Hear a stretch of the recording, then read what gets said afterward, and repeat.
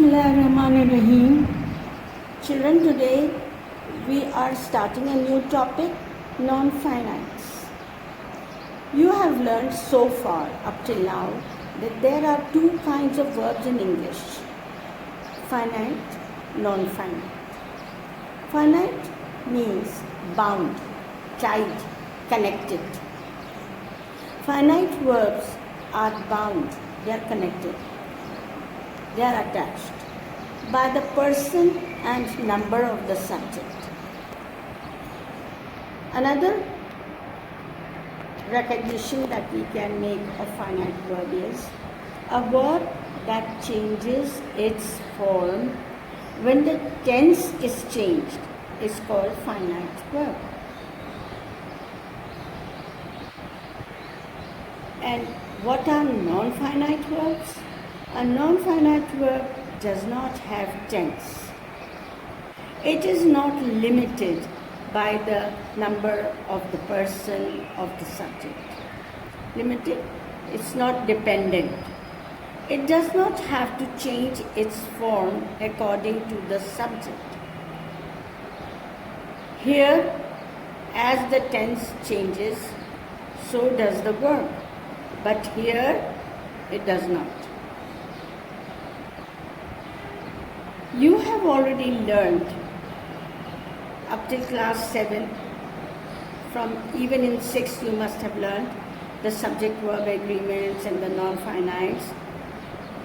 You must have already learned that there are 3 kinds of non-finite verbs. What are those 3 kinds? Infinitive, gerund, participle. Now, before I read out all these 3 types, let me tell you some basic thing about it. Infinitive means whenever we are adding the word to in a sentence, it becomes infinitive. Whenever we are using a verb in the form of a noun, then it is a gerund. And when we are using a verb as a participle, whether it will be an ing word or ed or en words. These are the 3 things that we are going to study. But first, let me give you a brief description or definition of all 3 of them. What is an infinitive? An infinitive is a non-finite verb that expresses an action. It is generally preceded, means followed, by the preposition to, as I told you right now. If you look at the example, it is easy to learn English. She wants to go on a world tour. So these to learn, to go, this is addition of infinitive. These are non-finite verbs. To learn, to go, to have, to swim, whatever. Number 2, gerund. A gerund is a verbal noun. It does the work of both a verb and a noun in a sentence. For example, swimming is a good exercise. Now, if you look at the word superficially, it is a verb. Swimming looks like a participle with ing at the end. But if you look at it very carefully, swimming is a name given over here to an action. And this is a name given to this verb. That is why we call it a gerund. Swimming is a good exercise. We are specifically naming this action. And since we are naming it, it becomes a gerund. Second example, I love playing tennis.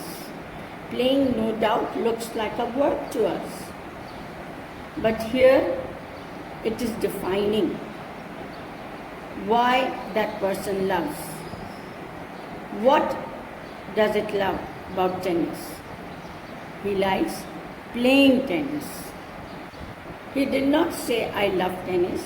I love playing tennis. So this becomes a name given to this word. So this is a gerund. Participle. A participle is a verbal adjective. It defines the adjective further. It does the work of a verb and an adjective in a sentence. The participle has three forms. Present participle, which has an ing verb plus ing at the end. Example, opening the door, he went out hastily. What did he do to the door? Opening the door. This was the action. Present participle. He went out hastily, quickly. Now children, open up page 26. Number 2 is past participle, where we use the verb plus ed with it. Example, aroused by the noise. He kept to his feet. Now here we are using a verb along with ed. So this is a past participle. While he was aroused by the noise, what did he do? He leapt to his feet. Perhaps now when we go on to the third one, perfect participle. Now in this participle, we have having verb plus we either add ed or we can add en. For example, having said that. Now this having is the verb. Said that, I will now point out the difference. Children, have you understood all these three kinds of non-finites? Infinitive, gerund, and participle. I will go in detail to describe the infinitives because the exercises that you are going to do after completing this part of the lesson, this will help you a lot. Structure of infinitives. Now what do we mean by this? The infinitive has the following structures. We know that in infinitive we add the word to. Now there are different ways of adding to. One is full infinitives, second one is bare infinitives, and the third one is anaphoric. Now what do we mean by this one, full infinitives? An infinitive preceded, that is followed by to, is called a full infinitive. So a full infinitive consists of to plus verb. What is this? This is a nice place to live. To is the infinitive followed by a verb. So this is a full infinitive. What is a bare infinitive? A bare infinitive, bare means without, empty. A bare infinitive is not used with to. It consists of only the verb. We saw him cross the road. This is a bare infinitive where we are not using the word to. Without using the word to, we can use the verb. Anaphoric, sometimes to is used without the verb. In this construction, the verb is omitted. That means it is deleted. And only to is used as a substitute for a full infinitive. It is called an anaphoric to because it has reference to an earlier mention of the verb. Now, if you go to the example of full infinitive, this is a nice place to live. But here, what are we doing? We are not using a verb. In the second one, sorry. In the third one, it has reference to the earlier mention of the verb. If you look at the example, then only you will be able to understand. Would you like to dance? Now, like to dance, I would love to dance. I would love to dance. Fourth one is split infinitive. When an adverb is put in between to and the verb, the infinite is split into parts.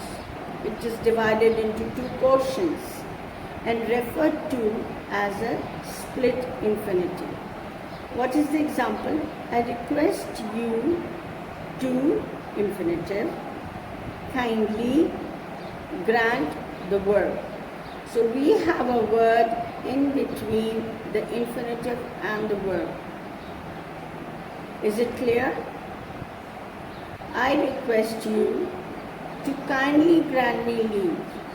This is an additional word here. So this is a split because it is dividing the infinitive and the verb separately, and in between we have the word kindly. It is considered bad style of writing to put an adverb or an adverb phrase between to and the verb. So we do not use the split infinitive. Example. Now go on to page 27.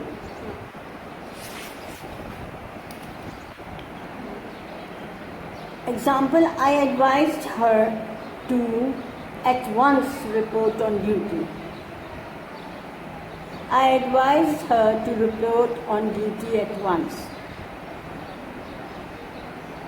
We are being shown the correct and incorrect sentence. This is correct because if you go back to page 26 and read this, the note about split infinitive, it is considered bad style of writing to put an adverb or an adverb phrase between to and the verb like this. To and report. This is not considered as a good writing. So we reframe the sentence by saying, I advised her to report on duty at once. This makes sense. Uses of bare infinitive. We have talked about full infinitives. Now we are talking about bare infinitive. Let's go back to the definition on page 26 once again. What are bare infinitives? A bare infinitive is not used with to. It consists of only the verb. That is, we do not use the word to. Without it, the sentence gives us a complete sentence. As a complement to the verb, some verbs are always followed by a bare infinitive. These verbs are feel, hear, make, find, watch, see, observe, bid, let, know, notice, etc. Examples here: I heard her laugh. I feel better. They let us play in the park. He made us laugh. Now, if you look at all these examples, there is no word like to in it, because this is a sentence which is a bare infinitive. We are not using to in it. When these words are used in the passive form, they take a full infinitive. What is a full infinitive? It will have the word to in it. Examples: she was made to sing. We were asked to find the papers. Let is an exception.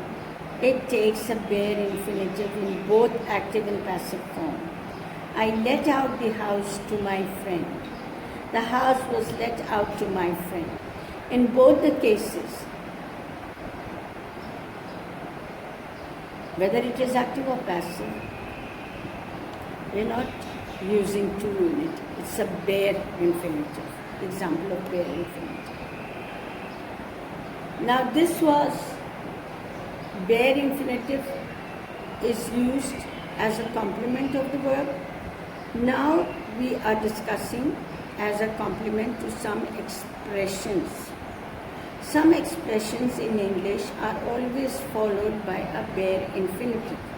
Some of them are had better, would rather, sooner than, rather, etc. I would rather go now than later. I would rather starve than beg. I would sooner resign than flatter my boss. All examples of bare infinitives. But this is by using these, and this by using these. We also have bare infinitives after the words why not.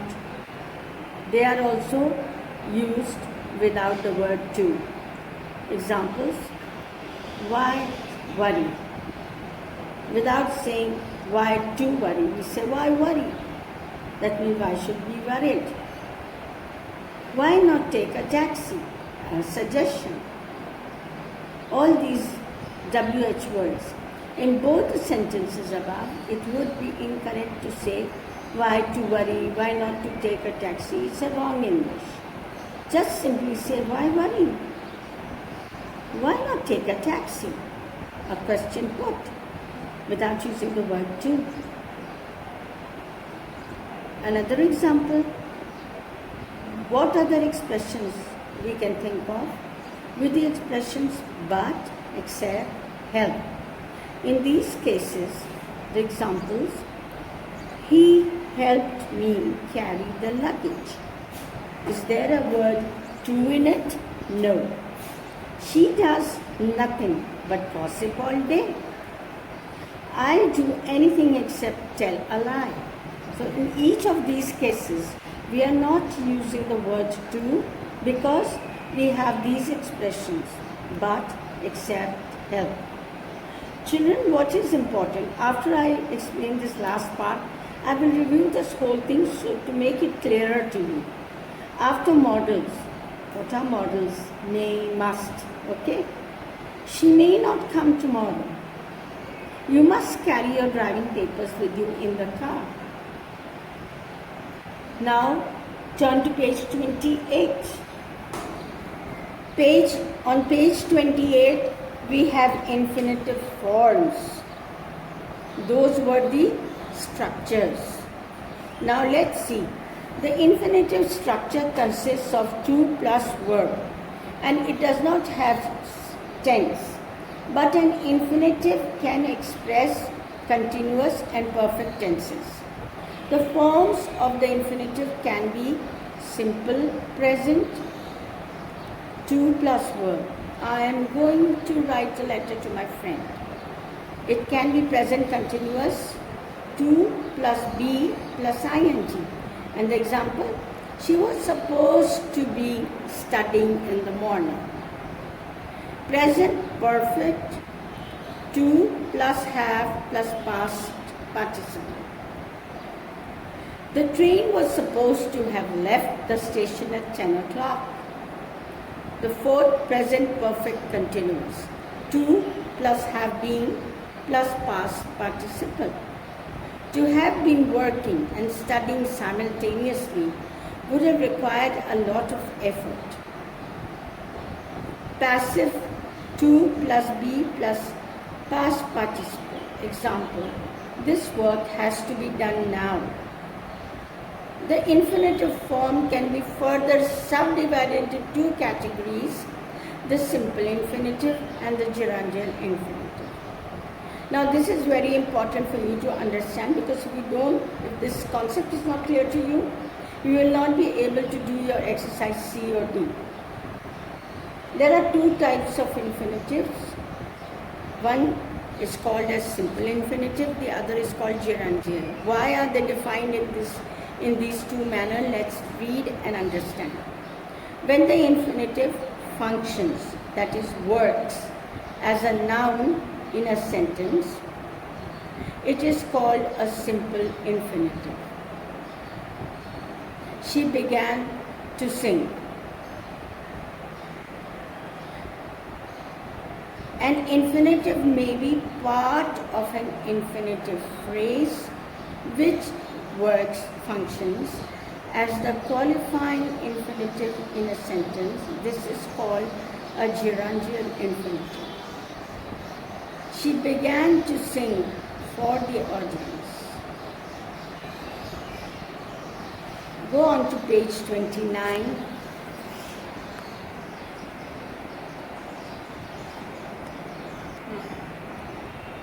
Now we are talking about the uses of simple infinitive. Infinitive as the subject of a sentence. To tell a lie is wrong. To err is human. This is being used as a subject in a sentence. So this is called a simple infinitive. In both the above sentences, the infinitives to tell and to err are the subjects of the verbs. Infinitive as the object or a part of the object of the verb. Example, children like to play. She wants to learn piano. In these sentences, the infinitives to play and to learn are the objects of the verb.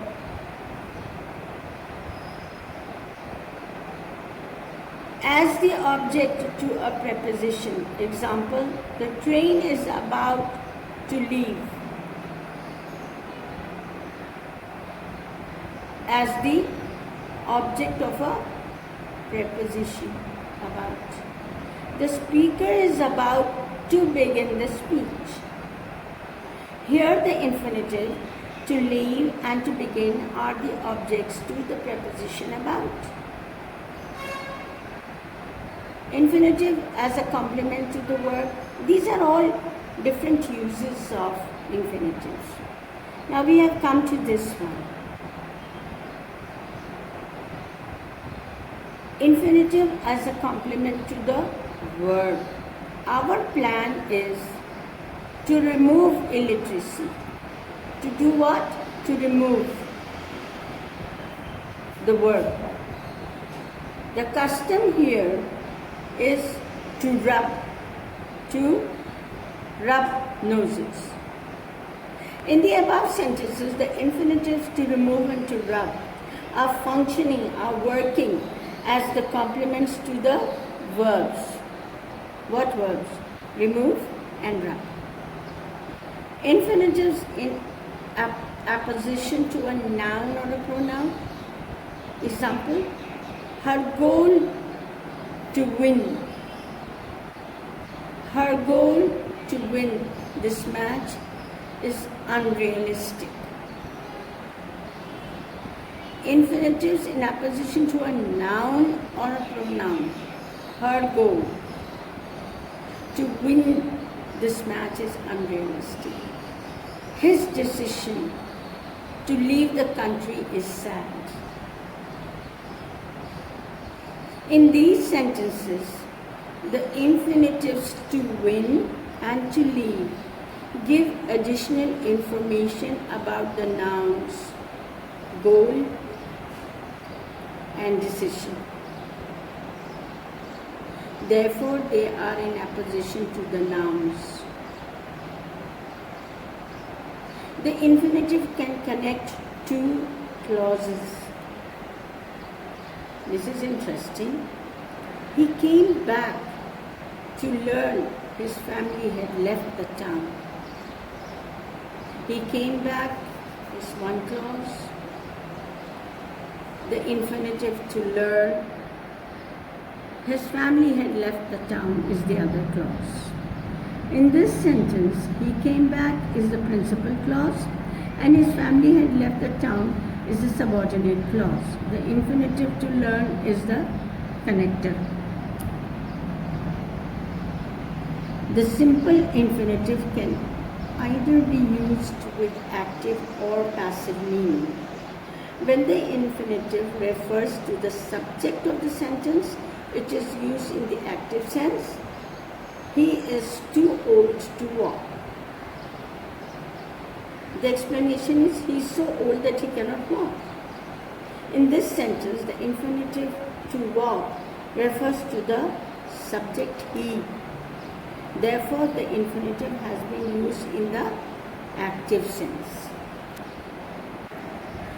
Okay, when the infinitive refers to, when we are talking about it, to the object in a sentence, it is used with a passive meaning. Example, the box was too heavy to lift. The box was so heavy that it couldn't be lifted. In this sentence, the infinitive refers to the object box, therefore it is used with a passive meaning. Actually here, we are being explained the difference between the active and passive expression. Now we come to the last part of the lesson, use of the gerundial or the qualifying infinitive. Now what do we mean by this? An infinitive phrase consists of an infinitive, its objects, and any modifiers. A gerundial infinitive is used to extend the sense of an adjective. Example, I am glad to meet you. To extend the sense of an adjective. He's glad. I am glad to meet you. I am sorry to hear the news.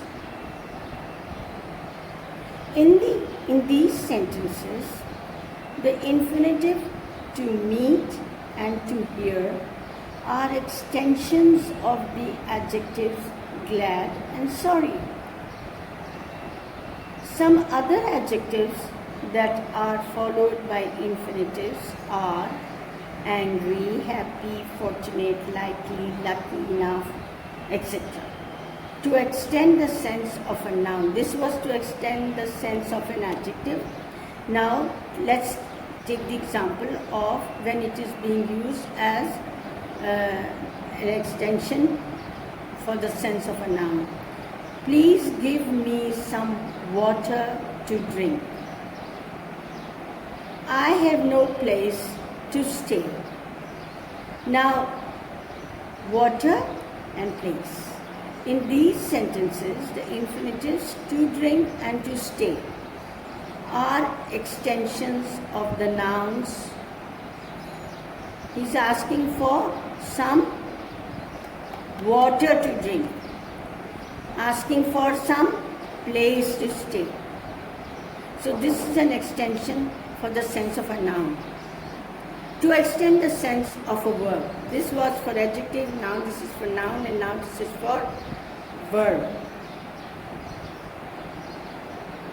In the above, now if we look at this, the two examples have already been given. He ran to catch the train. I want to help my friend. He ran. What did he do to catch? Ran. I want to help. What did he do to help? He wanted to help. In the above sentences, the infinites to catch and to help are extensions of the verbs ran and want. The gerundial infinitives are also used when we want to express a purpose, objective. The example given over here is to type an instruction and a command. First one says, we are to stay in this room till he returns. It's an instruction. Nobody is to leave this room without my permission. It's a command. Alright children, this was rather a lengthy chapter, but very interesting though if you concentrate on all that we have discussed right now. Let me quickly recap the whole chapter to you so that you may be able to complete your exercises. And I can give you example of the first, if it is a lengthy exercise, I'll give you 2 examples. If it is a brief one, then I'll give you 1 example. And the rest of the exercise you will have to do it on your own. Let's get back to the very first page. Quickly we are going to review non-finite.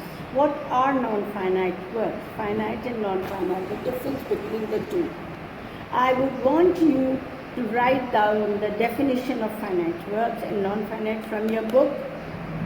And then once when we know finite verbs are those that are bound by the person and number, and they also change their forms when the tense is changed. Whereas a non-finite verb does not have any tense and it is not limited or connected by the number and the person of the subject. Now when we have already discussed the difference between the finite and non-finite verbs, today our target is non-finite verbs. We need to understand non-finite verbs are of 3 kinds: infinitive, gerund, and participle. In this lesson today, we are going to focus only on the infinitives. When we talk about infinitives, we have to know the different structures of infinitives. You must focus on these 4 examples. One is known as full infinitives. It consists of the word to plus a word. A bare infinitive does not have the word to in it. It only consists of a verb. Anaphoric to. Now this is used without the verb. In this construction, the verb is omitted and only to is used. In the previous one, only the verb was being used. And anaphoric one, we are using to and we are not using the verb. It's just the opposite of bare infinitive. And the last one is split infinitive, where we put in between to and the verb few words like adverbial phrase. But this style is not acceptable, not appreciated, it's not correct. Second structure is the uses of bare infinitive. All these examples and the words that are used in them have been given to you. You have to focus and learn these words. Remember, when you're using these words, how do you have to write the infinitives?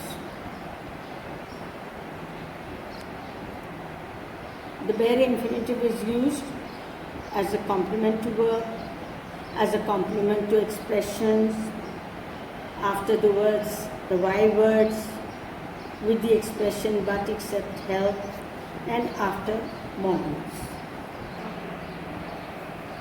After the structures, we come to the infinitive forms.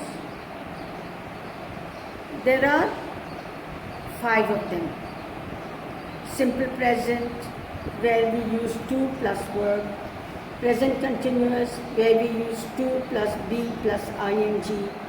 Third, present perfect, where we use to plus have plus past participle. And the fourth one is present perfect continuous, where we use to plus have been plus past participle. And the fifth one, the passive, to plus be plus past participle. Now, the infinitive form can further be divided into 2 things, either simple infinitive or gerundial infinitive. The definition is already given over here. The infinitive that works like a noun in a sentence is called simple infinitive. An infinitive can be a part of infinitive phrase which functions, works as the qualifying infinitive in a sentence. This is called gerundial infinitive. Very important to understand this definition. Please read it again and again to understand this. This is very simple, easily to understand, but this one needs a lot of concentration on your part. Last of all, we are going to discuss uses of simple infinitive. This is a recap only. I want complete concentration on your part. Please read and reread these uses. Number 1, we can use an infinitive as the subject of a sentence, or as the object or part of the object of the word, or as the object to a preposition, or as a complement to the verb, as in apposition to a noun or a pronoun, or to connect 2 clauses, or the simple infinitive can either be used with active or passive. The uses of gerundial or the qualifying infinitives, it is used, a gerundial infinitive is used either to extend the sense of an adjective, or to extend the sense of a noun, or to extend the sense of a verb. The gerundial infinitives are also used when we want to express a purpose. So please, while reading them out, please concentrate and try to remember the rules and the uses that have been discussed so far. Now we go on to the written word.